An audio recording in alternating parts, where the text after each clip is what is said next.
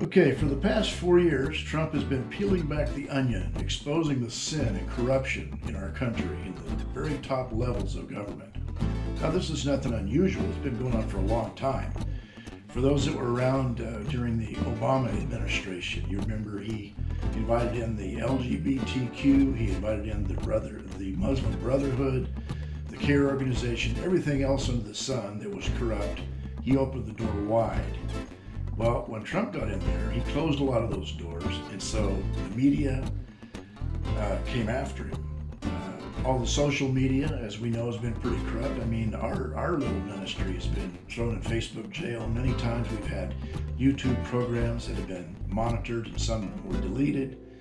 And then they've shadow banned a lot of our programs. So now what's happening is you've got these new platforms like Gab, MeWe, Parler, and BitChute, which now we begin to use. And at first, they didn't seem like they were all that effective.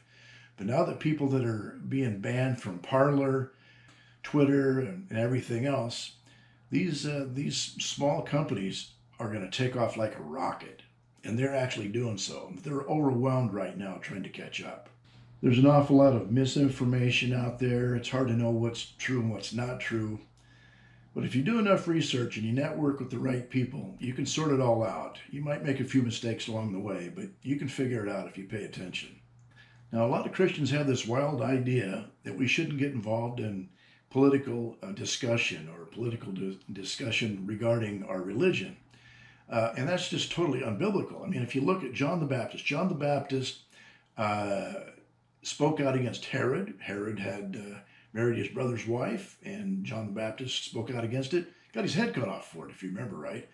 And if you look at Apostle Paul, his history, he knew something about Roman law. He used his arguments to defend himself. He spoke out against any corruption that was being used against him or levied against him.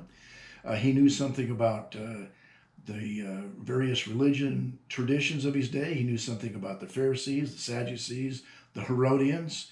And of course, the Pharisees believed in the resurrection. The Sadducees didn't believe in the resurrection. Kind of like some Christians today that some believe in the supernatural. Some say it stopped with the apostolic age. That was similar to what he was dealing with back in his day. And we should be aware of these things. We should be able to defend ourselves in debate and know what the scripture says about it and know something about civil law and civil disobedience even. And where we can stand. I mean, sometimes you get involved in civil disobedience, you might get locked up, but you have to weigh it out whether or not what you're doing is biblical. When civil laws forbid us to preach the gospel, or businesses forbid us to speak about the gospel, we have a legal right to stand up and say, enough is enough. All of a sudden, Twitter can cut you out of their account or Facebook and all these other social medias, and it seems to be fine with them. However, why is it that if the gays demand that you make a cake or make flowers for their gay wedding and you say something about it and you don't want to get involved, they can sue your pants off? Well, we should be able to sue the pants off of these social media companies as well. So there's ways around all this business.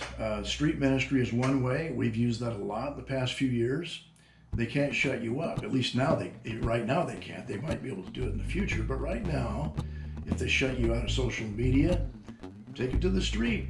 Put a sign in your vehicle. If you have a loud voice, you have a megaphone or some kind of amplification equipment, use that as well to preach publicly.